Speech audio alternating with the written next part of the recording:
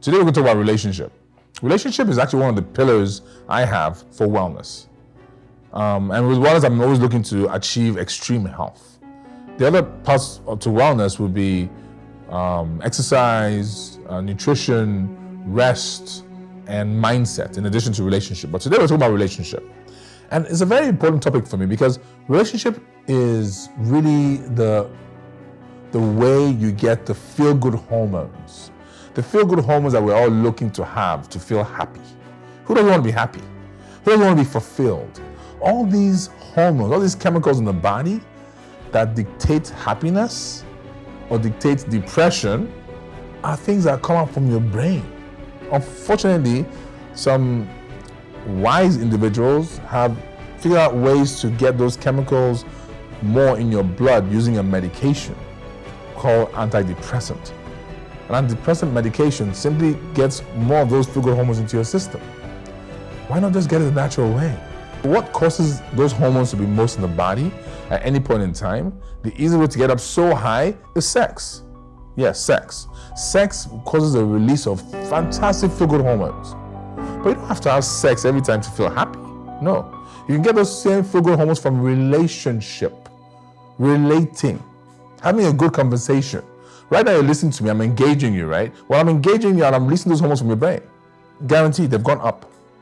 Dopamine, not serotonin. There are higher levels right now in your brain than they were when we started having this discussion. You get this from just discussing with your spouse, with your friends. The best way to get it is discussing with him, your creator. You get those hormones released. That's what relationship is supposed to be about. When you're in the wrong relationships, guess what happens to those hormones? They're stifled. They're sent back. Those toxic relationships, especially you beautiful ladies, hooked up with the horrible, idiotic men that cause those hormones to be stifled, get away from them. Get out of that relationship. Yes, I refer to the woman. Of course, there are also men that are in relationships where the woman is, causing the same picture, but it's usually the other way around. And it's not just spousal. It could be parent to child or child to parent. It's very important to find out what relationship you're in. Is it empowering you? Does it inspire you? Are you happy to be there? Or are you always miserable and depressed? Relationships are meant to empower you. Relationships are meant to add value to you while you add value to it. You're meant to nurture it.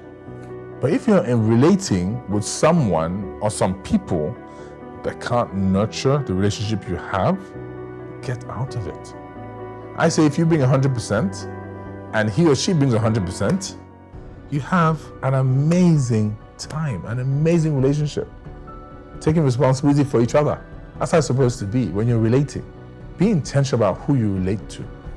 Be intentional about who you let into your space. Be very intentional about knowing that the space that someone is letting you into is a privilege. It's a privilege to be in my space, but then I know it's a privilege to be in your space. But guess what I do when people come into my space and dishonor it? I take them out of my space and I put them in a space further down there. I'm still going to love on them, but I'm going to love on them in that space there, where they are. I'll love on them from here. Don't be in my space anymore. Be intentional to get people out of your space. Create a boundary. You have to do that. You can't just take them on as they come. No. What fruit have they shown you? If they're showing you fruit you don't want to have, then keep them in a space that's separate from yours. You can still love on them, you can still add value to them, but from over here. Your space, my space, and your space is sacred.